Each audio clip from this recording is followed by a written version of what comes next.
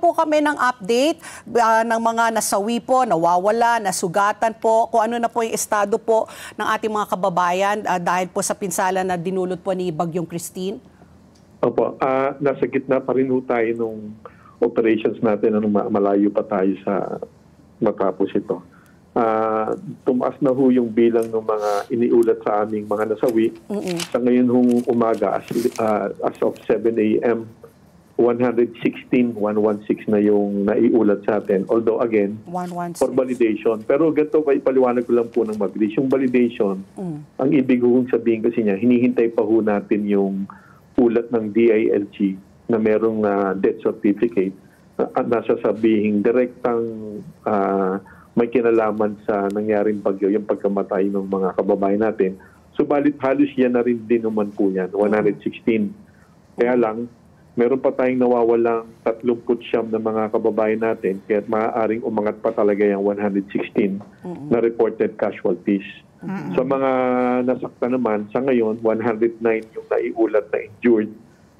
Kaya lang, siyempre maraming hindi rin naman na nag-report po kanilang nasaktan sila.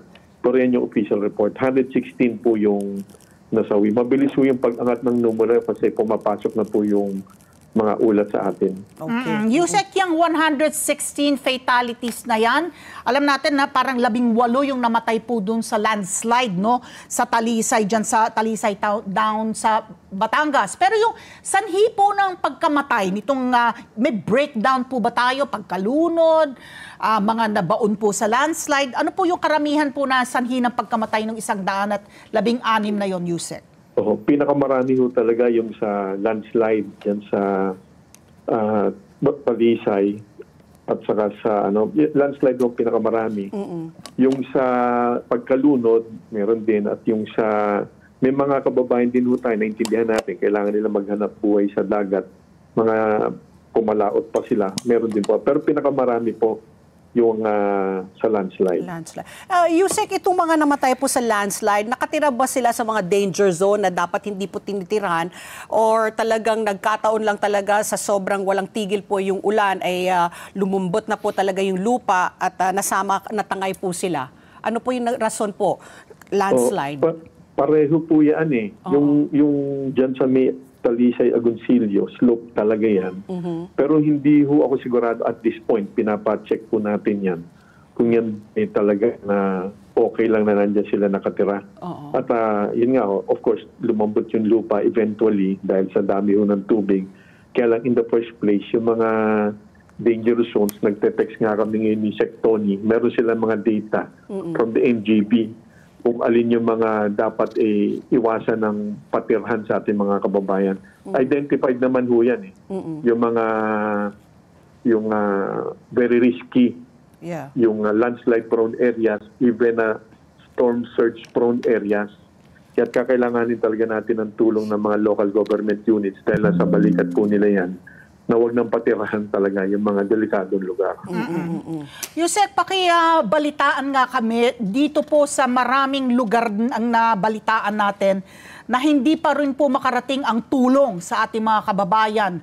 Na natrap pa rin po dahil impassable po yung mga daan, yung mga lansangan.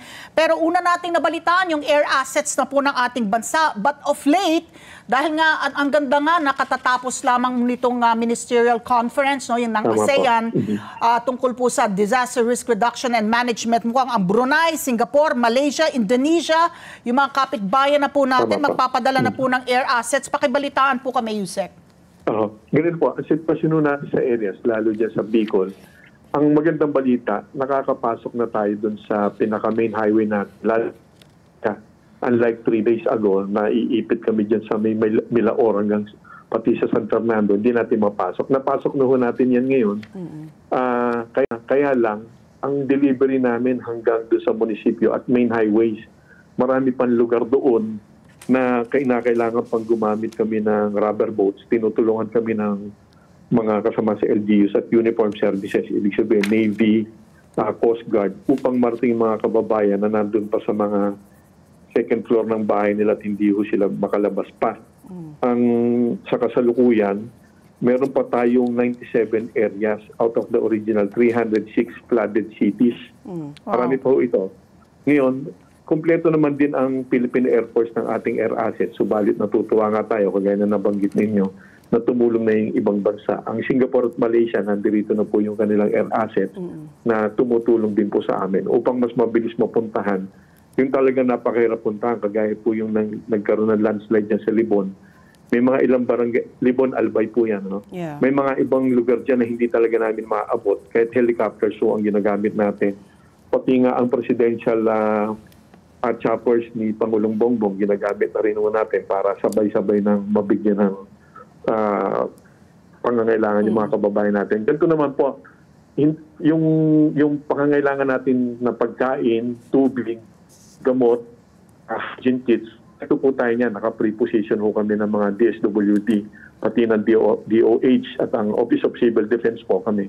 Kompleto tayo dyan. Kaya lang talagang may mga bahay pa, napakarami pa na nasa second floor yung mga kababayan natin. Pero wala namang nasa bubong na. Tapos na po tayo doon. Oo. Let's get together. Sunday 25. Sunday 25.